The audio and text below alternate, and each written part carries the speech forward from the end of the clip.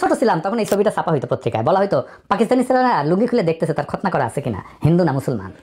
ছবিটা পাকিস্তানি আর্মির না, ইন্ডিয়ান আর্মি। পিঙ্কু খুব সূক্ষ্মভাবে আপনাদের মগজ ধোলাই করে চলেছে। বাংলাদেশের মানুষ যেহেতু গবেষণা করে না, সেহেতু তাদেরকে একবার যদি জোশ তুলে দেওয়া যায় এবং এর পেছনে যদি কোনো দল বা লবিস্ট গ্রুপ কাজ করে, তাহলে সেটা সহজেই ছড়িয়ে দেওয়া যায়। যেমন ধরুন, পিঙ্কু সেই 1972 সালে একটি ছবি ছড়িয়েছিল বাংলাদেশে ডিসেম্বর মাসে। সেটা হচ্ছে একটি লুঙ্গি খুলে দেখাচ্ছে একজন মিলিটারিকে, এবং সেই সময় বাংলাদেশে একটি পত্রিকা ছাপা হয়েছিল যে পাকিস্তানের মিলিটারি বাংলাদেশের মানুষের লুঙ্গি খুলে লিঙ্গ পরীক্ষা করে দেখছে যে কি মুসলমান না হিন্দু।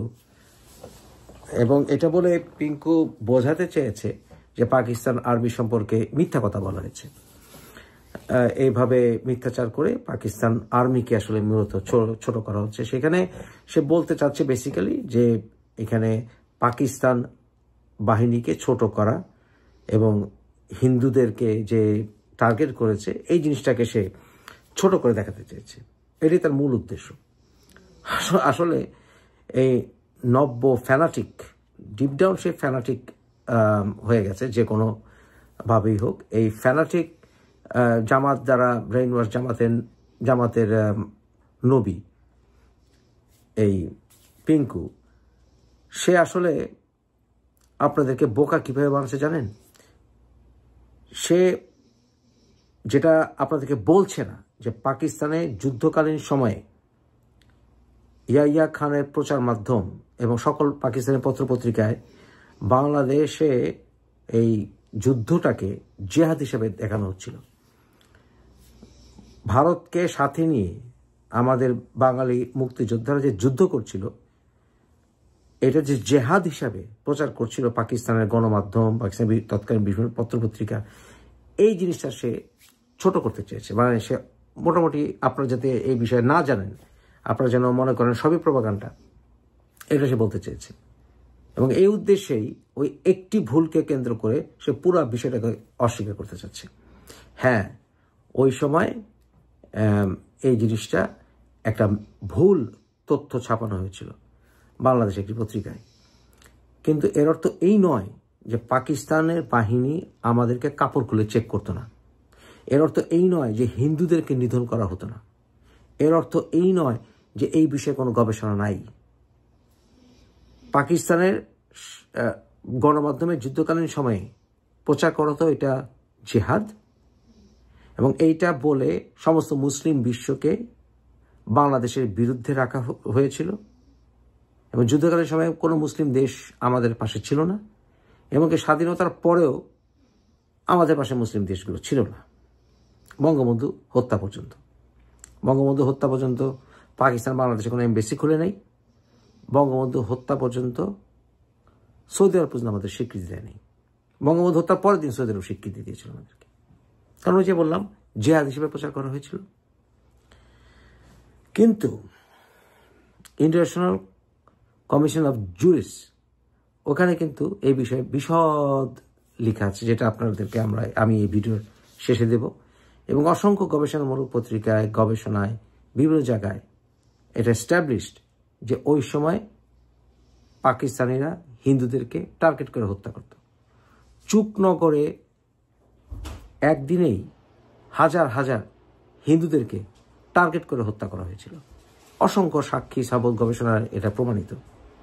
তাই হিন্দুদেরকে যে জেনোসাইড করা হয়েছিল পাকিস্তান বাহিনী, এবং বাংলাদেশের মেয়েদেরকে, বিশেষ করে হিন্দু মেয়েদেরকে বা মুক্তিযোদ্ধাদের পরিবারের মেয়েদেরকে ওরা যে গনিমতের মাল হিসেবে প্রচার করেছিল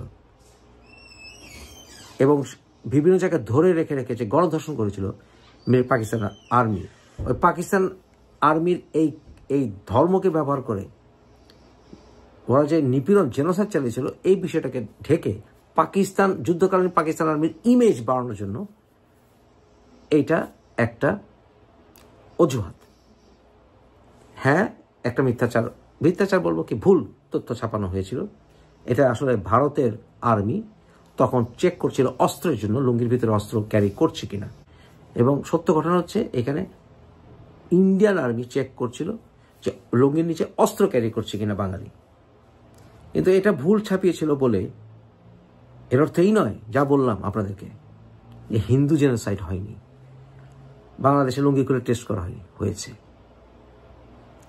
কত বড় হারামি এই পিঙ্কু, যে তার মূল উদ্দেশ্য হলো এই সংবাদটা প্রচার করে পাকিস্তান আর্মির ইমেজটাকে আপ করা, অথচ ওর নিজের মার মুখের কথায় সেই ৬২তে পর্যন্ত অনেকবার পাকিস্তানে আমরা দাঙ্গা হয়েছে, ৬২তে পর্যন্ত বগুড়াতে ব্যাপক দাঙ্গা হয়েছিল, হিন্দু মুসলিম এবং প্রচুর হিন্দুদেরকে নিধন করা হয়েছিল, অনেক হিন্দু মেয়েদেরকে রেপ করা হয়েছিল, এবং এই পিঙ্কুর নিজের বাপের ফ্যামিলি তারা এবং পিঙ্কুর নিজের মার ফ্যামিলি অনেকে ভারতে আশ্রয় নিয়েছিল।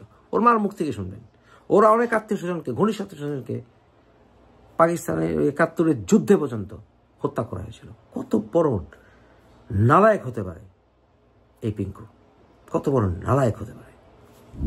যুদ্ধের মধ্যে আমাদের সমস্ত ধ্বংস করে দেয় পাকসেনারা, পাকসেনা রাজাকার সবাই ধ্বংস করে দেয়। একটা মাত্র ঘর ছিল আমাদের, রান্নাঘরটা, আর বাইরের দিকে আমার শ্বশুরের কাচারি ঘরটা ছিল, সেখানে নাকি রাজাকারদের অফিস ছিল।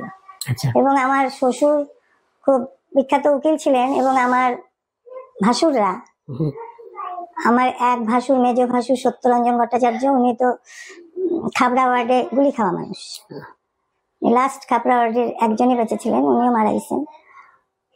আর আমার বড় ভাসুর, উনি ১৯ বছর জেলই খাটছেন, কমিউনিস্ট পার্টি করতেন আর কি, 19 বছর জেল খাটছেন। ১৯ বছর জেল খাটছেন, এবং লাস্ট জেল থেকে ছাড়া পায় পিনাকির জন্মের 1 বছর পরে।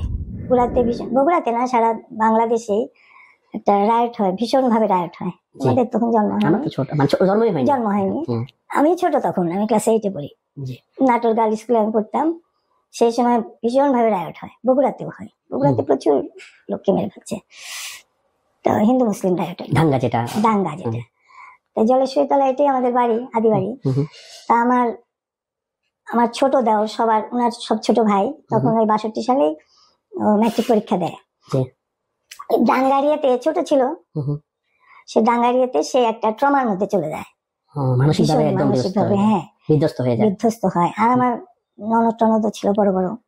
আর জানো, এটা বলতে তো অসুবিধা নাই যে কোনো একটা দাঙ্গা হলে মেয়েদের উপর একটা আক্রমণ হয়, চিরকালই এটা চিরাচরিত প্রথা হয়ে গেছে।